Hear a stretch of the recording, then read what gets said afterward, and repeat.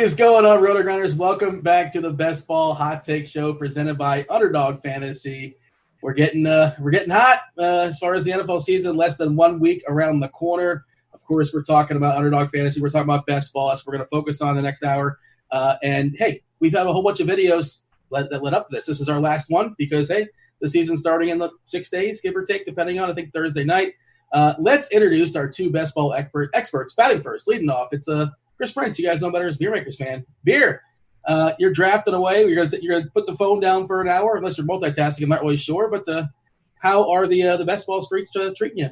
Dean, I have to multitask. 3 kids, every different sport, football. I got a cat here trying to jump on my lap, so I am going to put the phone down. We just did a draft with Grant, so got some Best Ball drafts in. Now ready to talk players, who we like, who we don't like, who we stacking, kind of tie a bow on everything. We've covered every team. We've covered a lot of situations. Now it's time to put it all to the test, and we've done enough drafts now where we know who we want. We know who we don't want. Ready to talk all that right here. Yeah, we're going to go – we've done a whole bunch of things as far as breaking down teams. We have videos of 5 teams and 5 teams and 5 teams, and really digging into them. This is the big picture, our favorite running backs, favorite at every position. And then we're going to have some hot takes at each position as well, too. And you mentioned your show with Grant. We should mention also on the RotoGrinders stream, hey, like and subscribe. And, you can go ahead and check out – you guys just did it an hour ago. You guys are live drafting there on Underdog Fantasy. There's a whole bunch of those in the past month or so. Obviously, the ADPs and things like that are fluid, and we'll discuss that as well. Let's bring in Christopher Jamino. We had to pry him away from his work here at RotoGrinders. If you like what you see at RG, Jamino almost definitely has his hands in it on the back end, on the front end. He's all over it. Jamino, we got you for an hour. What's going on, dude? I'm getting things done in my draft, Dean. I've got like 50 going right now on the slow draft. It's like every other minute I have to go and try to figure out which one of these awesome mid-round receivers I'm taking. So I'm getting ready, Dean. I am absolutely pumped for pro football. Yeah, Underdog Fantasy, if you guys are not aware, the Best Ball style, set it and forget it. They have leagues from $3 to $100. Their signature Best Ball, it's called the Best Ball Media Tournament. $25 you can jump in there. $25 you can turn that into $200K. Total prize pool in there is $1 million. There's a smaller tournament you can jump in for $5 and turn that $5 into $20,000. The total prize pool is $100K. UnderdogFantasy.com. You can do it with your phone. You can download the app for iOS and for Android. All right, let's dive in, boys. First thing we want to do, let's start at the quarterback. Let's see, the guys, and this is all ADP. Obviously, of course, Beer. You want Patrick Mahomes or you want Jackson if you can do it, but everything has an opportunity cost, and you got to construct the lineup that makes the most sense for you to take down winning that $1 million contest here at Underdog Fantasy. So basically, it's like quarterbacks that you want that you're focusing on possibly higher than the ADP to the field, right? So right. Bat first, lead off. Tell me one of your favorite quarterbacks that's landing on one of your lineups. One of my favorite quarterbacks, and mainly, this normally I want running quarterbacks, and I'm all about that. But this is one of the pocket passers that I am good with is Matthew Stafford of the Lions for a lot of reasons. We saw him last season, those first 8 games, this guy was top 5, top 3 quarterback on pace for 5,000 yards, 38 touchdowns. The other reason, very easy to stack here with Matthew Stafford. And in these big tournaments, we've talked about it over and over and over again. And some people say stacking is overrated. Nonsense. I want to stack as many times as I can with these 18 spots that I get on Underdog Fantasy. And Stafford makes it very easy. Even if you miss out on a Kenny Golladay, who I don't really like this season, you might see me talk about him here in a little bit. But I love Marvin Jones. I think he's one of the best values out there. I love TJ Hawkinson. And that all ties back together with Stafford. The running back situation, bringing in Swift is going to help. You don't have to lean on Kerryon Johnson. The point is, I think this offense going to be very effective, going to be able to put up points, a lot of points. I think they're going to be a top 8, top 10 offense in the league. And Stafford's a guy you can get pretty late. So prefer the running quarterbacks, of course. I think there's guys that give you upside with their legs, but Stafford is a screaming value for me right now. Absolutely love him. Yeah, one quick question. You mentioned stacking, and I meant to bring this up on the last show. Last show we talked about stacking a lot and why you should do it. But Beer, is there any argument? Like, what are the chances that the winning team, the team that wins, this $1 million contest on Underdog Fantasy, the chances that team is not a stack in some way? Like, can't you just have a bunch of good players? And sometimes you're stacking at the cost of hitting your overall value, but of course you're increasing your upside, and upside is what you're shooting for. So, is there any argument to be made that maybe stacking is kind of sort of I don't want to say it's jumped the shark necessarily, But at what point do you say, you know what, I'm just not going to stack it up and I'm just going to play the best plays? There's certainly a case for that. I would think that a well-stacked lineup, looking ahead to the playoffs, incorporating multiple stacks has a better shot at winning this thing. But it's not to say that somebody that didn't stack and somebody that hits on, a guy like Lamar Jackson last season, hits on something like that later in your draft. You hit on 2 or 3 of those guys late. You avoid the injury bug.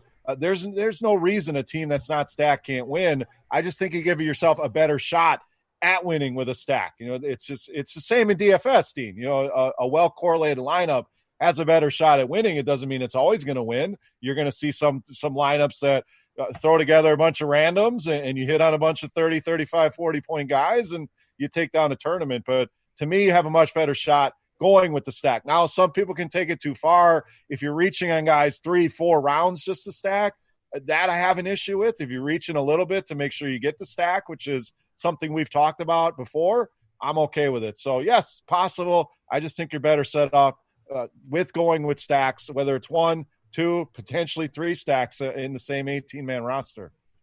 All right, Jamino, if you have a thought on that, by all means, and if you have a thought as far as Stafford who's going around quarterback 10 to 12, depending on where you're looking, and then feel free to introduce a new name into the conversation. One of the quarterbacks you happen to be targeting more than the field. Yeah, I just look at these running backs and I look at what's going to happen when they approach the goal, and I just expect that Stafford is going to be throwing a lot down there, and I expect that there's going to be plenty of opportunities for passing touchdowns, 6.5% in his 8 games last season. You take a look at the weaponry, it just suits him well to target Galladay, who's a monster, Hawkinson, who's a monster, Marvin Jones is able to play well in contested situations. It just seems to be a no-doubter that when you add the touchdown upside to what we already have seen through Stafford's career, being able to rack up a lot of yardage, 312 per game before he got injured last season, we can expect that this team in the passing game should probably look pretty similar in terms of how they want to play. I just expect Stafford to have a monster season and couldn't agree more with this particular position. I'm seeing him right now on Underdog, ADP currently, Jamino, at 110. That's Stafford. So do I take him? And every draft is fluid and things change. You got to be willing to go with the punches as far as what the draft's giving you. Do I take him around 9? Do I take him around 10? When do I take Stafford? My position on Stafford is it does not matter. Take him. You can get him later than this, and I have many times. But if you are trying to make this stack, take him whenever you need to. Don't wait, and because it's you can certainly wait past the 8th or 9th round, right? But I mean, if you have your team set up where you have Galladay or Marvin Jones, or you think that you can make that stack on an upcoming term, he's the kind of guy that I want to be aggressive to get, and I will probably end up trying to wait until the 11th round most times if I can. All right, introduce a new name to the Jamino. If you're not getting Stafford, who else are you targeting? Look, I wish I was targeting him more. But I am making best ball teams. I'm trying to make sure that I get a couple of more of him crowbarred in towards the end, and it's Russell Wilson. So let the man cook. Please. For Will they years. Know? You know what? So even if they don't, this is the kind of player that can deliver a top 5 fantasy season. And more importantly, as we're playing in these best ball tournaments, he can give you the kind of upside in individual games that, let's say, in the playoff weeks, if he's had a good season and blessed you to get into the playoffs, he's the kind of guy who can just completely go off regardless of opponent. The efficiency over his career has just been incredible. And now the weaponry, when you look at, Metcalf ascending the way that he did in the playoffs last season, I grant you that, there have been criticisms in, the types of routes that he has run in the past, and that he's not necessarily like a full complement type of receiver. He's, they sort of have him labeled as a one-trick pony. I'm not so sure about that, but more importantly, I just think that when it comes to fantasy football, the touchdown capability, Russ was targeting him all over the place last season in the end zone, and I just feel that the combination of him, Lockett, of course, they've got Josh Gordon, a gaggle of tight ends. It really is set up for a situation where now Russ actually has some great options to throw to. I just don't see if they let him cook a little bit. Can they give him they don't have to give him the Top Chef kitchen. Give him the biggest Outback Steakhouse. Let the man cook someplace. Just give him some opportunities to get it done, and I guarantee you we'll see a big season out of Russ. I'm expecting it, and I do want to make sure that if I'm going to cheat and go quarterback early, that I have a couple of instances of Russell Wilson. Beer, it sounded like you were excited as well, and you're on board with Mr. Unlimited. We're currently seeing him projected, or not projected, as ADP, and this stuff is always fluid. Obviously, don't hold this precise number. But as of this moment, Russell Wilson's number is 76 in the ADP on Underdog. So what does that mean? I'm taking him in the 7th round, the 8th round? What do I, and again, you have Stafford as a backup plan. If you don't get Wilson at the spot you want him. What are you taking Wilson there, Beer? Probably 7th. I mean, you could go into the 6th to make sure you get him, but 7th feels like a good spot. And a few key points here. I agree completely with this one. And you asked, Dean, will they let him cook? I think in the past they were able to dictate the game with their defense, to hold teams down. We can run the ball. I don't expect that defense to be great this season. They're not going to be the worst defense in the league, but they may not have a choice. If they're giving up points, I can't pound the rock if I'm down 14. I got to get this guy going. So I do think that he's going to be more involved. Secondly, target distribution we've talked about. Jamino brought up Metcalf. I love Tyler Lockett. I know Josh Gordon is back. That's just another guy that can take some attention away. It's easy to stack with those guys. And you get the alarm. What Kyler Murray, a lot of people have over Russell Wilson. I do not. Give me Russell Wilson. But that's kind of the alarm. Kyler Murray gets drafted. It's time for Russell Wilson. So it's kind of built in that most people out there are going to take Kyler Murray over Russell Wilson. That's kind of your indicator that you need to get moving on it. So I like when those kind of things are built in. It lets me know, okay, I got to pull the trigger here. Can I wait longer? So a lot of reasons why he's a great pick. I don't like going quarterback early, but in these drafts, when you can get the upside that we really haven't seen from us, we've seen it in the 4th quarter. I'd love to see a whole season of that. He could be QB1. He could be up there with Mahomes and Lamar Jackson, and you're not spending that 2nd-round pick to get him. Kyler Murray, ADP currently 72, Wilson 76. So you are 100% correct as far as the alarm on that. You guys are agreeing too much. Well, let's fight a little bit because I can throw something in the mix here that we can fight about here. All right, cool. Well, it's got to be organic fight. Yeah, I mean, unless Jamino has changed his tune, I'm going to bring up Gardner Minshew here as a guy that I really want. And we know this team's going to be bad. They're jettisoning everybody away. But I do think there's going to be a lot of passing attempts in this offense. I know they struggled down the stretch. They're not going to score a lot of points, but we can make the volume argument here. We can put his numbers next to Kyler Murray's last season and see they're almost identical. A guy that can give you upside on the ground, an ascending talent in DJ Chark, a guy really liking Laviska Shenault, who, if he can stay healthy, can be a weapon here. So I'm going to throw the stash in here, and I know what I'm going to get here from Jamino. Unless he's turned the corner and he's with me, I'm expecting full disagreement on this one. All right, Jamino. Minshew currently 163 as far as ADP, and maybe with the dumping of Fournette, does that mean they're all just going to start passing the ball a ton? Chris Thompson's a good running back to have for a quarterback as well too. What's your thoughts as far as Minshew? Well, look, I understand Beer's position. He does not like touchdowns. Who would like touchdowns in a fantasy football league? The Jaguars are going to be doing something more often, and it's called punting. And it's called, running Divine Oxigbo into like a 2.5-yard carry. That's what the Jaguars are going to be doing. So what a name. If we are looking at this from a perspective of we probably want our teams to have a chance to at least have some fantasy production, I'm not enthusiastic about the Jaguars, and therefore it's not like I can't see a possibility where like deep round Gardner Minshew comes through for your fantasy team. It's just that's not one of my preferred options. And I'll just keep it as simple as that. I do think the Jaguars are going to be one of the historically bad teams, or at least in the conversation for one of the worst we've seen lately. And they're definitely tanking, and I'm just not in a hurry to get involved.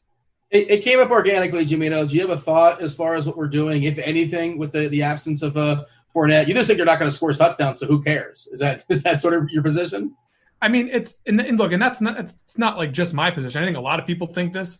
Like you just look at the Jaguars as a team, and it's quite simply they appear to be like the Miami Dolphins were last year, except it's not Ryan Fitzpatrick. It's Ryan Fitzpatrick before he's actually good.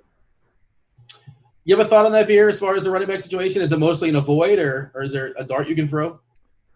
Mostly an avoid. I know there was some excitement for Raquel Armstead. I haven't seen it out of that guy. He had an opportunity last season. Maybe they want him to be the guy. Ozigbo has looked good in the couple practices that we get here. Chris Thompson, how long does he stay healthy? I mean, when he's healthy, he's great. He's a nice PPR asset, but I think you're just going to, and Jamino nailed it. Miami, look how many running backs and how many rostered players they had. I mean, I think Jacksonville's going to do the same thing and give a lot of these guys opportunities. Maybe they find something. Most likely they don't. I mean, super late, if you want to speculate on some of these guys, I think Ozigbo would be the guy that I would take. He's going way later than the other guys, but nothing I'm overly excited about. I think Minshew can get there with his legs, with some upside games. I know they're not going to score a ton of touchdowns, but the cost to get in here, a cheap DJ Chark, Gardner Minshew stack is not breaking the bank. So I'm not going overly crazy with it. The running backs pretty much hands off unless I'm super late in the draft. Yeah. Is there anything else worth digging into as far as we're assuming, rational coaching. We're assuming that their intent is to try to win, but we also think that they're possibly tanking. So maybe they won't do the things that will. And the Dolphins, you can argue, overachieved last year. Like they were probably too good. They probably should have lost a couple more games. All right, let's move on from there. Do you have anything about anybody else as far as quarterbacks you're targeting, or you want to open up running backs? Yeah, real quick. I just want to talk about Carson Wentz, right? Carson Wentz is slipping ridiculously deep into my fantasy best ball drafts right now, and I can't wait to smash the button on. It's probably because of the big Q next to his game right now. He's got lower body injury right now was the report, but I think he's going to be fine. Is it a hockey injury? Yeah, well, more importantly, let's just talk about like what Carson Wentz did last season. 4,000 yards passing, 27 touchdowns, and I need to remind you that for the majority of last season, the passing targets included, rookie schlub J.J. Arcega-Whiteside and former AAF standout Greg Ward. So, we're actually going to see these guys sooner than we really like to here in week 1 coming up for NFL DFS, but that's not going to continue for nearly the amount of time that we saw last season. And I'm just looking at another year removed from this particular situation as a chance for Carson Wentz to really revive his career and show that he's the kind of passer who can go for 4,500, 4,600, maybe even 5,000 passing yards, and certainly go for a lot of passing touchdowns, looking at utilizing Goddard, Ertz in the red zone. And, of course, Deshaun Jackson is going to be back on this team, and Deshaun Jackson has a unique capability to play both in the deep game and also play well in the short and intermediate area late as he's developed later in his career. So I'm just looking at this as a situation for Wentz to bounce back, and he's going way too cheap. Your favorite receiver to pair with him? Deshaun Jackson, and we'll talk about it later. All right. Bear, your thought as far as Wentz, if you want to clean that up, by all means. Otherwise, let's move on and open up running back. Your favorite running back to draft when considering ADP? I am with him on Wentz. He covered everything. It's just he's set up for success there, even with the lack of weapons. They still have the 2 tight ends, Jackson, Sanders. It's going to be a very good offense. So I agree 100% there. Let's go to the running back position. Like you said, Dean, I could start at the top here. I really love Joe Mixon. I've talked about him a ton. The migraines are now gone. 48 million will get rid of migraines. So I don't need to hammer home on him. I really like him at the top. I'm going to go to the middle rounds. There's 2 guys I like. I'll go one here. I don't want to steal one of Jamino's maybe, but I really like Jonathan Taylor. And maybe it's the Wisconsin bias in me, but the more and more I think about it, Marlon Mack is a replaceable level talent. This guy, the numbers are off the charts. That offensive line is ridiculous. This offense is going to be good. Paris Campbell's a guy I like. I think they're going to have weapons all around. Even with my disdain for Phillip Rivers, you guys know I don't like some Phillip Rivers.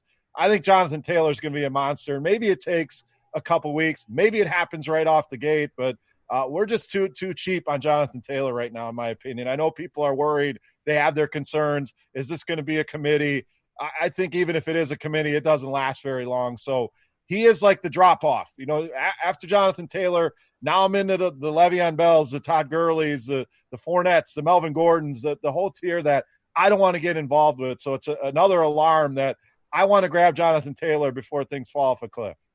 Jamino, Jonathan Taylor, your thoughts on him? It looks like he's going around number 29 is the current ADP here at Underdog Fantasy. And see Taylor and raise him, Jamino.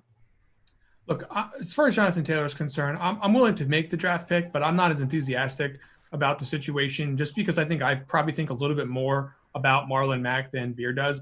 And I also think that Nyheim Hines is a player that they haven't necessarily crossed off the list as being on the field a lot in passing situations. I don't particularly see that going away, at least not early in the season. So it's a situation where you're pretty much betting that Taylor is going to usurp everyone else because he's so much better. And quite frankly, that is well on the table and very, very possible to happen. It's just something that I'm not getting as enthusiastic about. I prefer everyone in the fantasy industry to hate my takes, Dean. That's the way that I like to operate. And one of the most popular takes from the offseason involves Josh Jacobs. Josh Jacobs is a player who came out of the draft. He wasn't really a full-time player at Alabama. He was always splitting the load with guys like Damian Harris. And when he got here, all anyone could talk about was how good this guy was. And all he did in his rookie season was play incredible. 88 yards per game, over 1,000 yards rushing. He was one of the most elusive players in the league. Number 6 in player profiler juke rate, and number 8 in evaded tackles. He was, if you want to hashtag watch the tape, Dean, all you had to do was watch this guy injure himself. He broke his own shoulder, smashing into the violent impact that this guy can create with power. And then to boot, on top of that, they are talking about on some level getting him involved in the passing game. They've been talking about it since the combine. And then you hear Josh Jacobs talk about adding it to his game. People talk about adding guys like Lynn Bowden and Jalen Richard. And I look at the talent profiles of these players that they're talking about taking away touches from Josh Jacobs and what he was able to accomplish as just a very young rookie. He's, what is he, 22 and a half years old right now, Dean? I mean, this guy is an incredible upside if he gets that passing game work, especially if the Raiders can perform just a little bit better in the touchdown department than they did last season. So I'm looking at, taking him over guys like Nick Chubb. I'm looking at taking him, every now and then over a guy like Eckler. Certainly he's the guy who could finish as a top 5 running back, and nobody's talking about that. And that's why I think that's why I think Josh Jacobs is interesting coming around that number 2 turn as somebody that you can, maybe get a couple more shares of than everybody else. I just think the upside's greater than people are talking about. You nailed it, by the way. Turned 22 in February. And I've heard that whole Venus de Milo thing about him. He has just no hands. He can't catch the ball. And it's always weird to me. Like, even unathletes like ourselves, we can catch a football. I don't understand why these guys can't catch footballs. Just odd. Beer, your thoughts as far as Jacobs? I mean, I'm seeing him ADP at 11. So you have to really like him. You take him at 9, take him at 10, or you're just saying you feel really, really comfortable, Jamino, I suppose. You feel really good. You're not concerned at all as far as him being back end first, front end second. It's not like you're getting a discount on Jacobs. I'm just saying I think if you are on the back end of that first round coming around, I would probably like to take him on the other side of that turn as the second back that I'm taking. But I'm just saying, I'm going out of my way to try to get him a little bit more than I think you should, taking him over some guys that people would probably raise the eyebrow at. Beer, your thoughts on Jacobs? You have another running back to throw out there? So I'm going to disagree here a bit. Now, I have him RB12. It's not like I hate him. I'm probably even with the field on him. My concerns we've talked about. Why would they bring in all these? Why would they re-sign Jalen Richard? Why would they bring in Devontae Booker, Theo Riddick, Lynn Bowden? The other issue, Dean, the schedule. We'll walk through it real quick. Now, he gets a good start here. Carolina should definitely have a good game. Then he gets New Orleans, New England, Buffalo, Kansas City, Tampa Bay, Cleveland, the Chargers, Denver again, Kansas City again. That's a murderer's row of teams. And you hear some Tampa. They were very good against the run. I know you want to laugh and say Tampa Bay. These are all good defenses against the run. That's the concern. And if he's not getting that passing game volume, which I would love to see him. I love the talent. I love the player. But if they're not going to give him that and all these game scripts are not favorable, I mean, they got to be favored in probably none of those games. I mean, even at Carolina, I haven't even dug into the week 1 spreads yet, but none of those games are they favorites. So I'm counting on a 2-down back that's going to be playing from behind in all the first 10 weeks of the season. That's concerning. So I don't disagree with some of the things he's saying. I like the talent. I like the player. The schedule doesn't set up well. I don't think they believe in him as a pass catcher. Just a lot of concerns. So at ADP, sure, I'm not reaching for him, though. For the record, Vegas is currently a 1-point dog versus Carolina. Jamino, how much do you care about schedule? A little bit. Like I think it's worth looking at, but I also think that there are certain players and certain like calibers of talent where I just will try to not make it one of the most pressing factors in my decision. Like I'm certainly willing to accept the idea that a lot of those defenses could be good and a lot of them could stop Josh Jacobs, but they have a good offensive line as well. So it's not as if that, I mean, there's two teams that play football.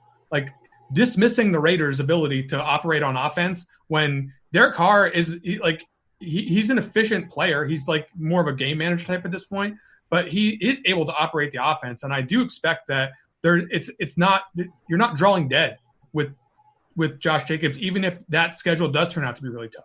So I'm not overrating it. Here, give me another running back. So I've talked about James Conner so much. I'm just gonna leave that one alone. I love him a ton. I think he's definitely moved up in ADP from where you were getting him early on in the best ball season. But if he stays healthy, he could finish as a top 5 running back. So I don't need to go into more depth there. I'm gonna go a little later, and Matt Breida is a guy that I continue to move up my board. And the question, Dean, is it Breida? Is it Howard? Maybe you don't want either of these guys, but I do think this offense can be functional. You said they overperformed last season. I don't see why they can't again this season. You know, you got some good wide receivers there. Gesicki taking a step up.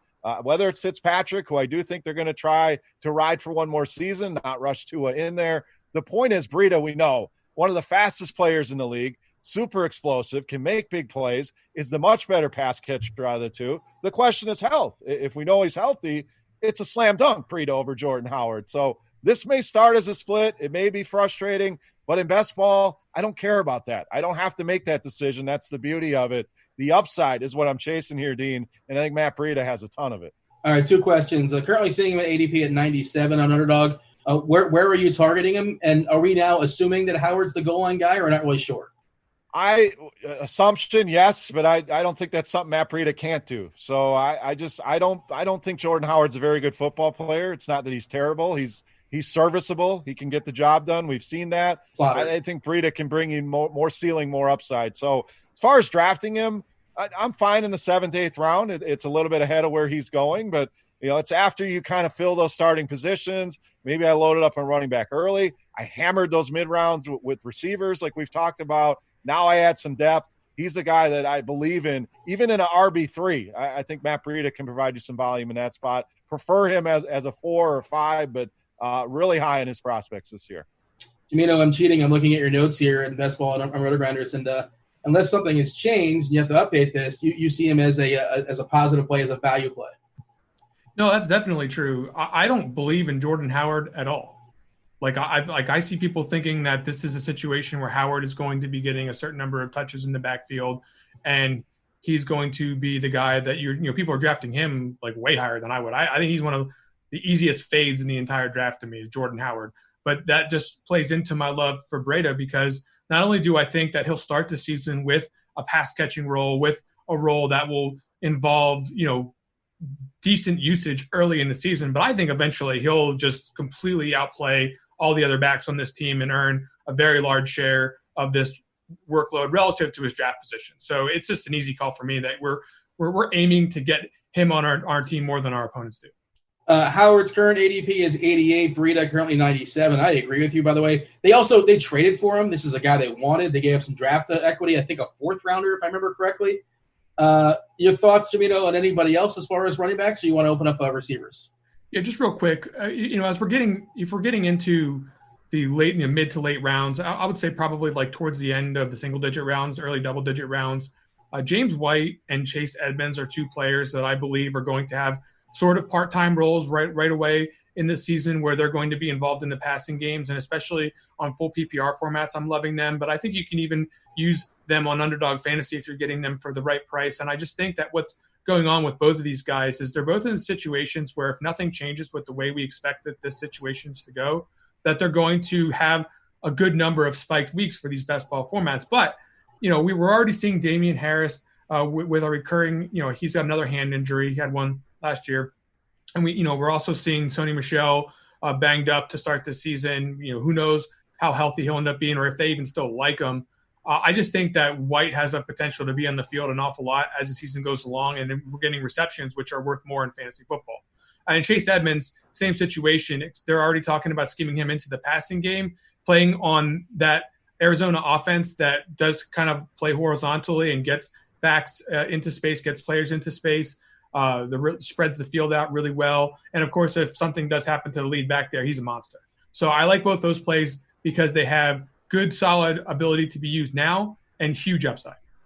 What is the upside for White? Like, he's not ever going to be like a bell cow guy, but what's like the most carries he can get per game? Of course, his biggest perk is his receptions as a running back, but is he a guy that can get 8, 12 carries a game in theory? I don't care how many carries he has. I care how many catches he has. Okay, that's it. All you care was the catches. Yeah, I mean, like if you look at okay, here's a situation where you might see like if you picture Cam Newton on the goal line, right? Picture how that kind of works out with the option pitch. I heard this on another show. I want to give them credit. I forget where I heard it. I think it might have been the Podfather, but they were. I thought it was a good point. If you're down there on the goal line and they're running that little pitch option play, who's going to be in the backfield for that one? It's not going to be slow ass Sony Michel. It could be Burkhead, but more likely James White. So I do think that there's some opportunity for rushing touchdowns too. Yeah, Beer, you have any thoughts on those, or you want to open up receivers for us? We'll just wrap it up. I agree with some of the points there. I really like Chase Edmonds, a guy keep moving up. It's those running backs that have a role right away. Kareem Hunt, Latavius Murray, Chase Edmonds. If something were to happen, they're going to drastically outproduce where they're picked. So those are three that really stand out to me. I do think Edmonds will have a role. This was a team that was very good on the ground. The offense is going to get better. Drake has never been a guy that's been able to carry the load and, frankly, has always been hurt. So Edmonds, Hunt, Latavius Murray, all at different points in the draft, but they give you that double value where there's a floor there instantly and a huge ceiling if something were to happen to the guy in front of them. Receivers, Beer, fire away. I'll leave the Pittsburgh. I love Juju. I love Connor. I love that whole team. So I'll leave that alone. My guy all summer, Dean's been Will Fuller, and I'm going to continue to say that name and be happy drafting him. You can get him as your wide receiver 4, 5 in some drafts. I think a lot of people are scared off by the health concerns, but what you forget is, give me some big games. If he gets hurt, it's not like you just get a 0 for that spot. I got other guys that can help fill in here. But the upside, the rapport is there with Sean Watson. You got Randall Cobb coming in. You got Brandon Cooks coming in. You got David Johnson coming in. All these guys are new to the offense. These two guys have that rapport. They've shown it before. We've seen huge spike games on Will Fuller. We've seen games where, he should have had a huge game. I think that one he dropped 3 touchdowns. So just massive, massive upside. And if people are going to be scared off by injuries, playing things safe, forget that. I'm playing to win, and Will Fuller's a guy that can help me win a lot of money this season. So I'm putting Will Fuller as a guy I want, and I already have probably my highest owned receiver if I were to pull up my ownership right now. I absolutely love him, Dean. Yeah, you play to win the game. Fuller currently being drafted at 57 on Underdog Fantasy. The absence of Hopkins, I guess, and of course there's the injury concerns as well, Jimino.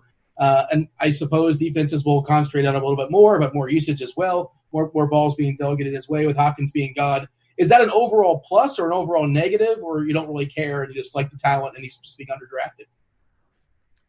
He's definitely being I don't know if he's being underdrafted anymore, but I do think that I love the talent, and I do think that he can do more than what people give him credit for. I think that Hopkins not being there isn't really anything but a plus. I mean, Hopkins was commanding a lot of target share. We were projecting him for 28+% of targets on a weekly basis, and now that's all gone. And now the guys around him can't really do some of the things that Hopkins could do. So I expect them to ask some of that of Will Fuller. I don't think he's just going to be running straight 9 patterns down the field all game long. I expect him to be extremely involved, on every down. So that's really, or every passing down, I should say. So I am interested in Will Fuller being ahead of the field on him. And I do think that he's probably one of my highest owned players in best ball. All right. If not Fuller, who is one of your favorite receivers? Rarefied air is going to be reached in terms of target volume for Terry McLaurin this year. I look at, former league loser Antonio Gibson gets bailed out with the Adrian Peterson cut. But basically, other than guys like him, the target distribution is going to be pretty thin here.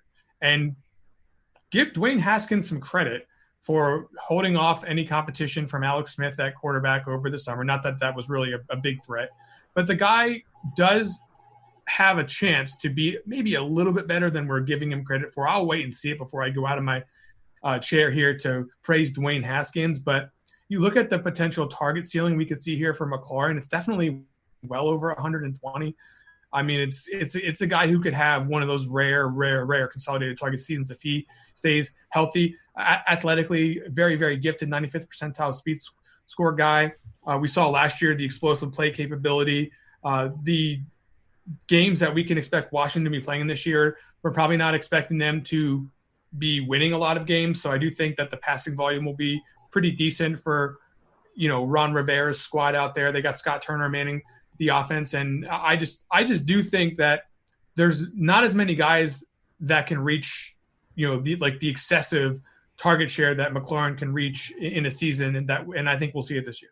Can I just retort with your whole argument against one of your big arguments against Jacksonville was they're not going to score touchdowns and their offense is going to be terrible and they're going to be punting a lot.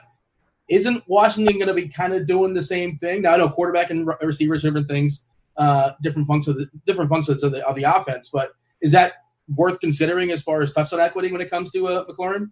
Well, we were talking about the quarterback, and we're talking about a wide receiver who does get a half point or a full point per reception, depending on where your fantasy league is being held. So when you have that kind of scoring format and the guy is well over 100 targets, I think you can make up for some negative touchdown situations. And look, it's a fair point. I'm not trying to be hypocritical. I don't want to load up on Washington Redskins or Washington whatever or football team this year, but I do want to have plenty of Terry McLaurin. All right, Beer, you have a thought on Terry McLaurin, and feel free to throw somebody out yourself. Yeah, I agree with McLaurin. I mean, you look around, you got a quarterback playing tight end and Logan Thomas. You got Steven Sims coming out of nowhere. I mean, he's going to get a ton of looks, and he has that same rapport. Going back to Ohio State, we saw it last season in an absolutely terrible rookie season for Haskins. McLaurin still put up some big numbers and against some good corners too. I mean, he didn't do it just against anybody. This guy was he had Stephen Gilmore in the spin cycle. So this is a guy that can create separation. A lot of the advanced metrics look good for him. So definitely an agreement on that one. That whole tier, Dean. I mean, Ridley, Woods, Lockett, Metcalf, Chark, McLaurin, Fuller. I mean, it's just loaded up. So we've talked over and over about hammer and receiver there. I love all those guys, but I'm going to bring up Hollywood Brown here. Fully healthy, gained some muscle, big play waiting to happen. I think Baltimore's definitely going to have to throw more in it. It's pretty much him and Mark Andrews. I mean, Willie Snead is a guy. They don't target their running backs a ton. I mean, is Miles Boykin suddenly going to show up and be a thing? So I just like the combination of the targets will be there. The upside is huge with this guy, and the offense is going to be one of the top 3 offenses in the league, and you're getting a drastic discount on him. People see him as a one-trick pony. I think you're going to see more Hollywood Brown getting involved in some of the shorter stuff, the slants. Maybe they get him the ball out of the backfield. You're going to see them get creative with him, and he's way too cheap in these drafts. Jamino, your thoughts on Hollywood. Fun fact, though, I learned this the other day. I thought Hollywood, and maybe this is the case, I still don't know. I thought he was nicknamed Hollywood Marquise is his real name, but I thought he was nicknamed that because that's just sort of like a cool wide receiver nickname, and it kind of speaks to his skill set. He was born in Hollywood, Florida. He went to Chaminade. So I don't know where did the nickname come from, Jamino. Do we know? It's important stuff. I'm not spending my valuable time looking up what's going on with Hollywood Brown's nickname, but this matters. Now, look, I will say that when your quarterback has a 9% touchdown rate, and that is not 100% fluky, like a lot of that was driven by the fact that the quarterback is the never foreseen rushing threat at the position, and they were able to do things to defenses that they're just ill-equipped to handle. It's very difficult to account for the quarterback when he's that good. So I do expect that Mark Andrews probably won't catch 25, 30 touchdowns, and that there will be a few more touchdowns this season to go around for a guy like Hollywood Brown. And I do think that he's worth drafting there as a favorite in that tier. Does anybody have a read as far as his snap percentage this year? Because that was one of the things, and he got it done in 40%, 30%, and he was dinged last year also too, kind of playing with an injury. Was it a hammy? I can't remember what it was. He kind of played through it some games. But is there any sort of thought in the beats saying it, Beer, Jamino, anybody have an idea as what's his snap count percentage going to be? I mean, I think it'll be higher, but I think it's going to be a thing for him and Andrews. And I think that's a positive for both of them, as they did a ton of damage in very limited snaps. So you start to raise that share for both of them. And again, the sky's the limit. So it's a ceiling play. It's a guy that you take after most of these names that we just rattled off in that middle tier, and still get a lot of upside there. Maybe you did take Lamar Jackson. You grabbed this guy in the 5th, 6th round. So I do expect him to be on the field way more. I expect the same for Mark Andrews. All right, tight ends. We got to pick up the pace, boys. Jamino, open up tight ends for us. Beer was talking about him earlier, but TJ Hawkinson is a player that who you're coming out of the draft, people were expecting to be like one of those rarefied kind of guys athletically who could be in like the Kelsey Gronk territory. And of course, he's really, really, really good friends with George Kittle. So we can expect that. I don't know if that's like the same thing as a shower narrative, but it's definitely a situation where he's trying to be in that category of player as far as his training regimen, as far as his athletic skills, and certainly the opportunity is going to be there in Detroit. Last season, as you know, towards the end of the season, we started to see flashes of what was going to be possible. Ended up getting dinged up, but the situation in 2020 I expect to be very different. I expect him to be one of the top touchdown producers in the league this season, and I'm drafting him aggressively as one of my very favorite players in the entire draft. Forget tight end. I like how like Hollywood's nickname is not important, but TJ Hawkinson being friends with George Kittle, that we have to feature. The shower narrative's always important, Dean. Come on, get your priorities straight. I'm trying to establish that the guy, like the personality of this player is he wants to be one of the top players in the league, and you're not drafting him at anywhere near that kind of price tag. You're drafting him around nothing burgers, like Austin Hooper. I mean, look, Austin Hooper is a good player and all, but I mean, just for the draft price, why would you ever draft Darren Waller as good as Darren Waller really is? And he's good. He's really good. But I just think that you're getting maybe not the same kind of consolidation of target workload, but certainly the same touchdown upside with a guy like Hawkinson like 7 rounds later. So 124, Jamino, is Hunter Henry, 123 Hawkinson, and your boy Beetlejuice, 122 Jared Cook. What are your thoughts on that? That's ridiculous. Why would you ever draft Jared Cook over TJ Hawkinson this season? That's stupid. I knew that would tilt you. Beetlejuice. What are your thoughts here, Beer? I was going to call you Beetle for a second. Repeat. I was listening. Say Beetlejuice one more time, Dean. We're going to have some issues. He may appear. Candy. That's Beer, right. what do you have for me as far as Hawkinson and some other tight ends? Love Hawk. I love the Lions. I mean, the pedigree's there. This guy was taken that high in the draft for a reason. We can argue about whether that was a mistake or not, but this reminds me of the George Kittle situation where you saw the flashes. He was a guy that you could take later in the draft, and then boom, he blows up. He's a top 3 tight end. So tight ends take 2, 3, 4 years sometimes. It's a tough position to come in the league to learn because you're not just learning to be a receiver. You got to learn the blocking schemes as well. So I do expect him to produce a ton of touchdowns in that offense. Love him stacking with Stafford. I'll throw a couple guys here, Dean. I know we're running short on time. Chris Herndon is a guy I'm aggressively trying to get. The Jets offense, it's just a lack of playmakers. Jamison Crowder, about as boring as it gets. I think there's upside with Chris Herndon. Has that rapport with Sam Darnold. I like him. I also like Blake Jarwin a lot. We keep talking about all these other pieces of Dallas. Dak loves to throw to the tight end. And Jason Witten got 83 targets in that offense. Let's give those to Blake Jarwin. They spent a lot of money on this guy. I think he's kind of the forgotten man there in Dallas, and he's the one you can get super late. After all these other guys go, you can still scoop up Blake Jarwin. So Herndon, I agree on Hawkinson, and really love Blake Jarwin as well. ADP on Underdog Fantasy, Jarwin 139, Herndon 141. Jamino, I know in previous shows you talked about liking Herndon, so I imagine he's your preferred amongst those two if you miss out on a guy like Hawkinson? Yeah, there's no target competition there. They need him very badly, so I do love Herndon. You look at the injuries. Perriman's injured. Mims is not played in training camp. It's just going to be the Herndon show here early in the season as far as the passing targets are concerned. All right. You got anything else as far as tight ends? Do we know, or you want to talk about some players? We featured a lot of time for guys we want. Well, we're going to mention some guys we don't want at positions as well, too. We'll do that much faster, obviously, but Jamino, any other tight ends, or you want to talk about quarterbacks you're not on? Let's talk about quarterbacks I'm not on. I think the fast track to a losing fantasy team is to waste a second or third round, well, probably a second round pick on Lamar Jackson. I mean, I guess people will probably take him in the first round. I don't know.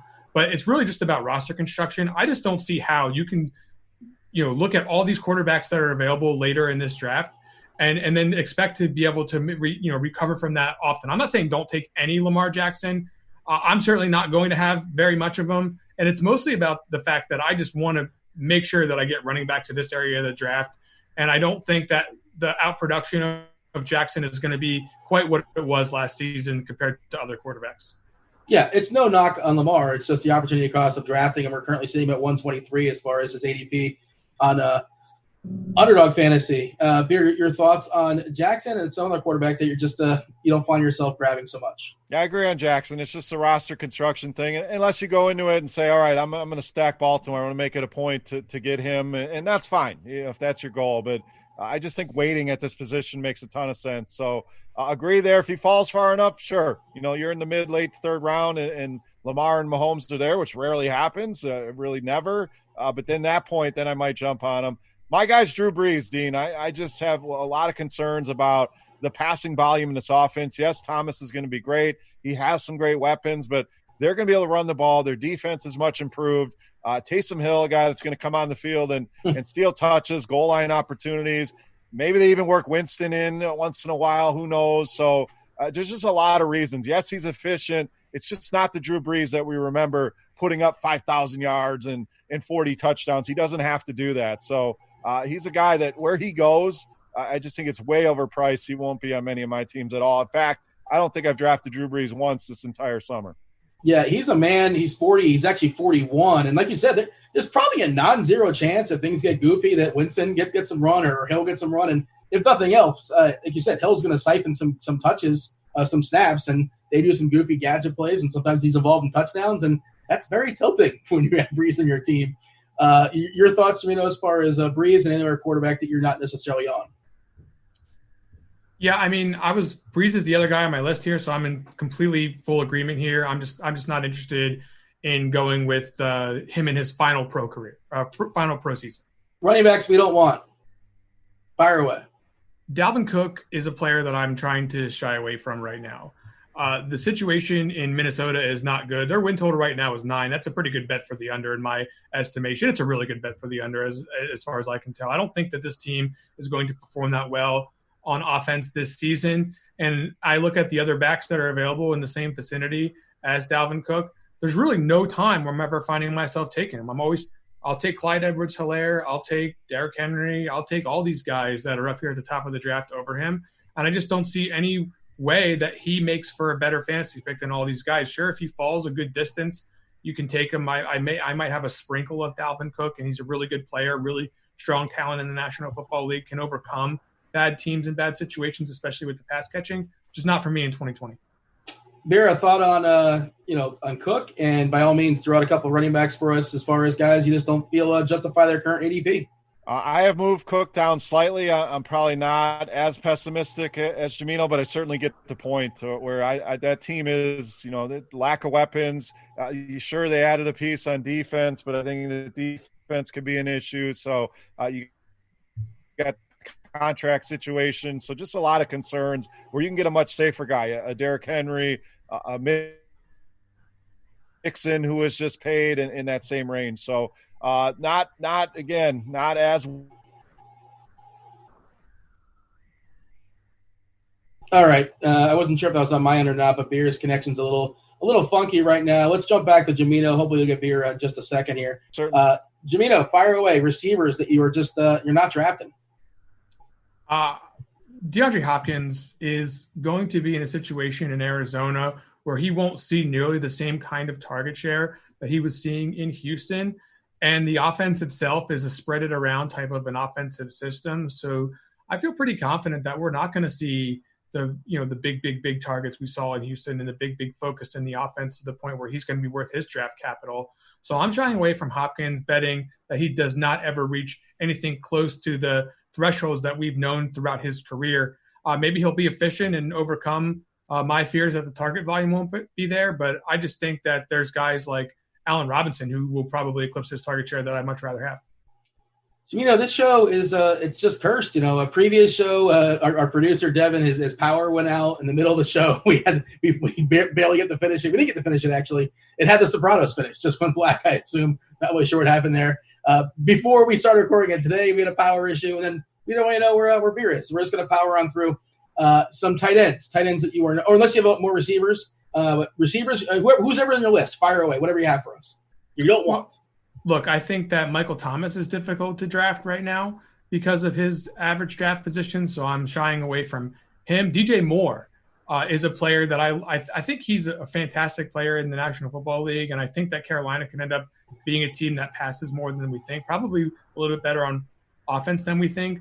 But just as a general rule, the players surrounding him in the draft are going to be able to deliver what I feel is a higher upside. Everyone from the guys we talked about to even guys like A.J. Brown, who's just a silly athlete. And I don't think that we should be focusing our best ball plays on a player who's probably going to have a more condensed outcome curve. He'll have good seasons most of the time, but probably very few rare to great seasons. Tight end stayaways. Well, I mentioned Darren Waller earlier in the show, and I feel like that if we're paying like a 5th round price for him, you better get what you got from him in previous seasons. And I'm just not necessarily expecting quite the same level of it. I think he'll be good, and I think that he's a fantastic player. But just from a roster construction standpoint, Will Fuller and Marquise Brown are coming off the board in that area of the draft, and I'm trying to build. Especially if you get 4 flex positions to throw wide receivers at, I'm really looking for those spike weeks of those wide receivers and banking that I can find those tight ends later in the draft that can get something close to Waller. And we mentioned the Raiders aren't necessarily in the best position as a team. So, I don't want too many Raiders, and I just can't stomach Waller right now. Give me your favorite value plays, your favorite late-round flyers. As I've been drafting later in these drafts, I'm really finding that Chris Herndon, who Beer mentioned earlier at the tight end position, is just continuing to drop and continuing to fill what I feel is a pretty good upside play deeper into drafts. So this is another reason why I'm not trying to get too ahead of myself drafting tight ends early. Eric Ebron is another player pending his health that seems to be in a good situation in Pittsburgh.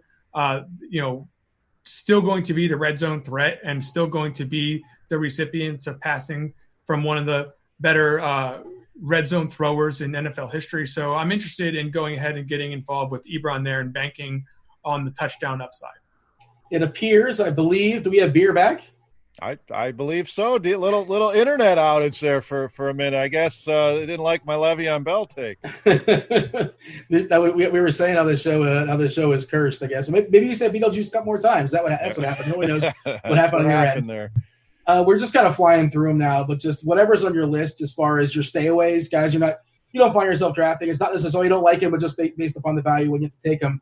I think we left off. Do you have receivers and tight ends for us? Yeah, I'll just wrap up the running backs. I won't even go much in depth here. I don't draft Le'Veon Bell at all. David Johnson's a guy I really have avoided as well. Mark Ingram, I worry about Dobbins kind of taking over there, and Devin Singletary.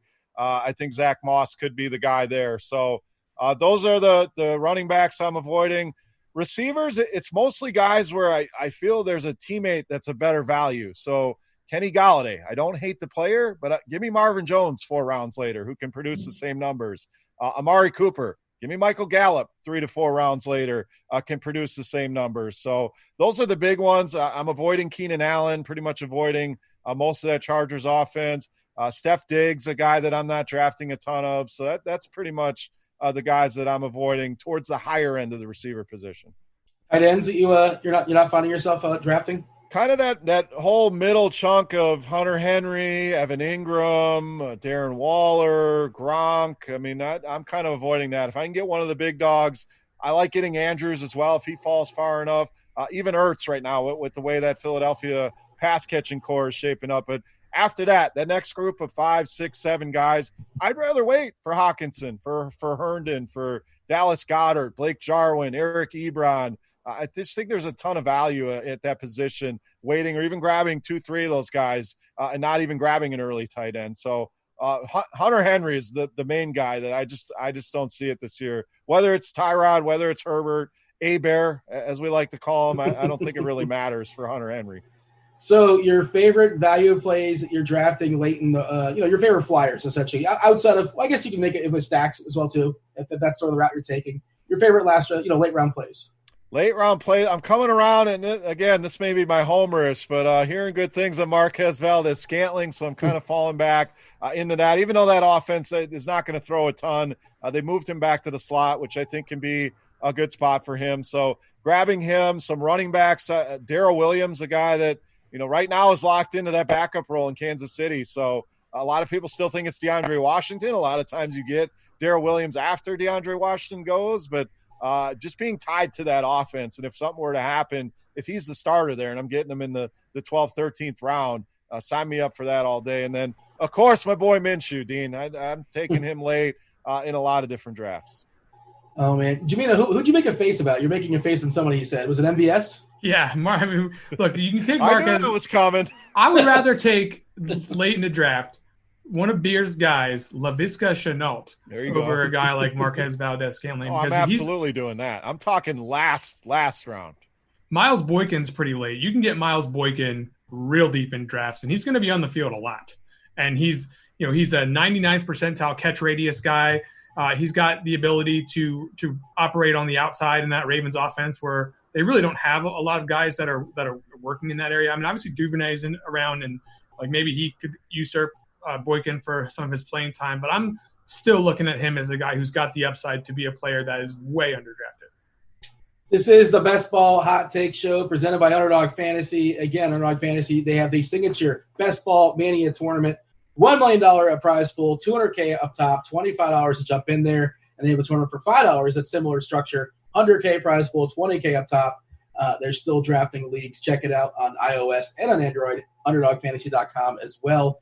All right, this is how we got to close strong, boys. Beer's been knocking Jamino out on volume, just firing off like 4 or 5 hot takes, and Jamino's just giving us one. One of those are going to hit for Beer. I don't know which one, but one's going to hit. One's going to land for sure. Volume play, Dean. Just call me Leonard Fournette of the hot takes here. It's a great strategy. I don't know if that's a good or a bad thing, but just fire them off, and if 1 or 2 hit, boom. We're going to go position by position. Beer, you can bat first. We're talking quarterbacks. Give me a quarterback-centric hot take. So one that we didn't talk about, I want to get a different name in here. I think Joe Burrow is a top 10 quarterback this season. Gives you upside with his legs, surrounded by weapons. I know he's a rookie. I know we're dealing with COVID. I know there's not a lot of time to develop that rapport. But if we can get A.J. Green on the field with Tyler Boyd, I'm expecting Mixon to be a beast here. The offensive line is improved. You get Jonah Williams back. They're not great, but it's better. And I think Joe Burrow is pro-ready. So Joe Burrow, top 10 fantasy quarterback this season. Jamino, see it and raise it. Look, if you want to look at the top 10, geez. You want to look at the top 3 at the end of the season, and you see Carson Wentz's name there, do not be surprised. Woo. This guy can absolutely get it done with the best of them. And I just don't see this as an offense that's going to really, really, really score a lot of touchdowns on the ground. I mean, Miles Sanders can certainly get in the box, but I just see a lot of passing touchdowns coming out of this offense this season. And I see Wentz with a major bounce back. And don't be surprised if the guy's well over 4,500 yards and getting enough touchdowns to be up there in that top 5 conversation. And I'll say top 3 is possible. Beer, I think Jamino was mocking that. He's like, this is a hot take, not lukewarm takes, top 10. Come on. Bring it at running back here, Beer. Bring it at running back. All right, let's see what we got here, Dean. I'm going to go – I know Jamino hates Antonio Gibson, but so I'm going to bring him up just for that fact that Antonio Gibson's going to light the world on fire here. I mean, this is an offense we continue to talk about with no pass catchers outside of McLaurin. They're going to use him as a weapon. I think he's going to get the ball all over the field. So he doesn't even – it's the same take as James White, not needing carries. Just get the ball in this guy's hands, and we know how explosive he is. I don't want to hear about the 77 touches in college. All that tells me this guy's fresh, ready to unload. Top 15 running back, Dean, Antonio Gibson.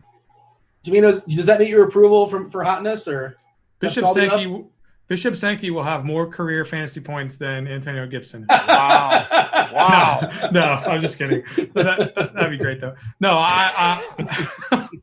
I'm waiting to see on that one. I don't want to be look, the situation with Peterson has made it very clear that Gibson's going to be the guy. So I don't want to take any takes too hot there with Gibson. I'll give you a hot take as far as the wide receiver position is concerned. DeAndre Hopkins is not a top 12 wide receiver this season. There are going to be a lot of wide receivers that get ahead of him on the board. He's not even going to be in the wide receiver 1 category. All right, there you go. Beer, if you have a thought, that by all means, feel free to chime in. Otherwise, move on and talk about. Well, wait, hold on. Were you giving receiver tight end? Don't worry about it, Dean. I gave you a hot take. Let's go. Trying to move this thing along here. It threw me off. I'm like, wait, what position are we on? I agree. Give me something. I agree on Hopkins. I just think he's being overdrafted, so I'll leave it at that. Will Fuller, top 3 wide receiver. Bring in the fire. He will stay healthy. He will tear it up this year with Deshaun Watson. So is that hot enough, Dean? Top 3. I didn't say top 10. I said top 3. Will Fuller. It is hot enough, and it's also the appropriate position, apparently, that gets wide receiver. We're moving right along here. Jamino, do you have potentially a tight end hot take or any hot take? Yeah, I got a hot take for you at tight end here, Dean. The order of tight end finish this year is going to be number 1, not Travis Kelce, probably George Kittle. But as far as who we're going to see in the number 3 to 5 position, and I'll go ahead and say number 3 since this is a hot take show, my guy, TJ Hawkinson. Get there. Best friend of Travis Kelce. That's how you get to the top 3. You befriend and shower with George Kittle. Barry, do you have a hot take as far as tight ends? I love Hawkinson, but I just want to – Chris Herndon outscores TJ Hawkinson this Woo! season. Just to jab my boy here a little bit. I love them both. I think Herndon's in for a big year. Hot take-wise, I think Mark Andrews, tight end 1. Well, that's it. That's the show. We finished strong. All the hot takes out there. We're going to clip and edit and cut the ones that are good, and the bad ones never happened. Right. Devin is just going to produce them right out of the show. Sit on the cutting room floor. They never be seen again. Where did that clip about Bishop Sankey go? I don't know. Didn't happen. Beer, it's been a blast. I assume you're still drafting right now? Oh, yeah. I'm about to fire up a draft as soon as we're done here, Dean. So, yeah, drafting away. You'll find me in the Underdog streets for sure. So, there's all the videos from all the teams you guys can go back and check out. I've also done 6-packs on every position, guys that I'm drafting in DraftKings Best Ball, but a lot of it applies to Underdog here. So it's been fun, boys. Always love talking football with you. Hopefully we get to do it more. Dean, I know you and I will be spending some time in the season talking each and every week on Sunday mornings. Jamino, been a blast, dude. Always respect your opinion and your takes and the knowledge you bring. So it's been fun, and appreciate you hanging out and spitting those fire takes for us. Right back at you, Beer. Go ahead. I'm sorry. Go ahead. Learned a ton from my boy Beer this summer. Thanks, Beer. You got it, buddy. Yeah, and Jamino's got to get back to work too. He's one of the hardest working guys here behind the scenes. Anything you like here at RotoGrinders, it's probably because Jamino's got his hands in it. It's been a blast, guys. Much appreciate and I've learned a lot too because I'm always behind. I'm always like, I play daily fantasy, and that's where I tend to play.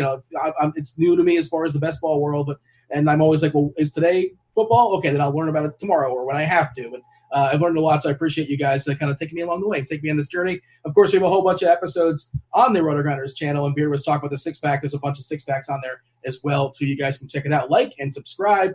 For Underdog Fantasy, for Christopher Jamino, for Chris Prince, a.k.a. Beer Makers Fan, I was Dean. This was football. It was best ball. We're out of here. Holler. Go Heat.